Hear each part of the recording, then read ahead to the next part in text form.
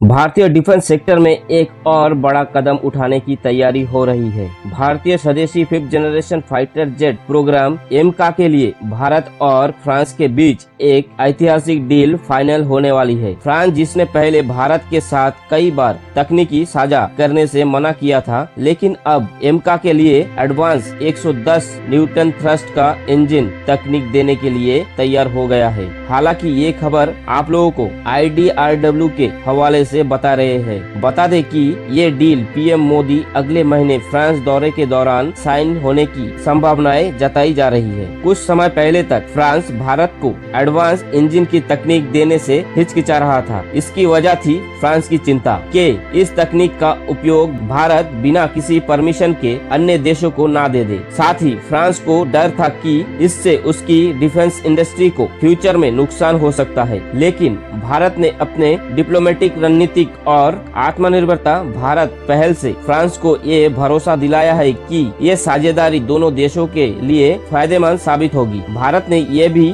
सुनिश्चित किए कि इस डील के तहत इंटेलेक्चुअल प्रॉपर्टी राइट्स यानी IPR भारत के पास ही रहेगा, यानी इंजन पूरी तरह से मेड इन इंडिया होगा और भविष्य में भारत जिसे चाहे उसे एक्सपोर्ट भी कर सकेगा। एमका यानी advance medium compact aircraft Bharat का 5th generation fighter jet programme है, जो पूरी तरह से स्टेल्थ फीचर्स, एडवांस एविनेस और सुपर क्रूजिंग कैपेबिलिटी से लेस होगा। एमका के लिए सबसे बड़ा चैलेंज था कि ऐसा इंजन तैयार करना जो 110 किलो न्यूटन का थ्रस्ट दे सके, आधुनिक फाइटर जेट की जरूरतों को पूरा कर सके और भविष्य में 6th जनरेशन एयरक्राफ्ट में भी फिट हो सके। फ्रांस की कंपनी साफ्रान और भारत की कंपनी DRDO के गैस टरबाइन रिसोर्स एस्टेब्लिशमेंट यानी GTRE ने इस चुनौतियों को स्वीकार किया। अब दोनों मिलकर एक ऐसा इंजन तैयार करेंगे जो न केवल एमका के लिए बल्कि भारत के अन्य फाइटर जेट के लिए भी उपयोगी होगा।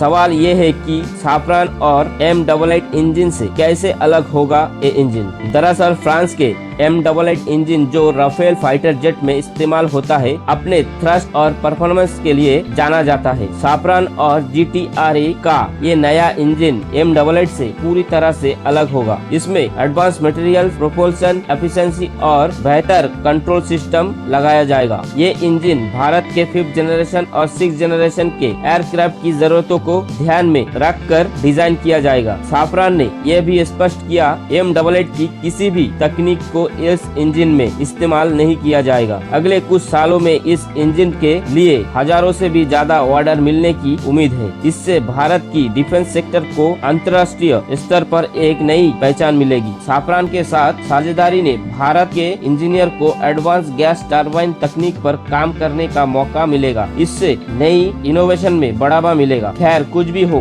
भारत का डिफेंस इंडस्ट्री अब एक नई युग में प्रवेश कर रहा। फ्रांस का साफ्रान और भारत के DRDO का इंजन डील भारतीय स्वदेशी डिफेंस प्रोग्राम के लिए एक बड़ा कदम साबित होगा। फिलहाल इस वीडियो में बस इतना ही। मिलते हैं अगली वीडियो में कुछ नई जानकारी के साथ। तब तक के लिए जय हिंद, जय भारत।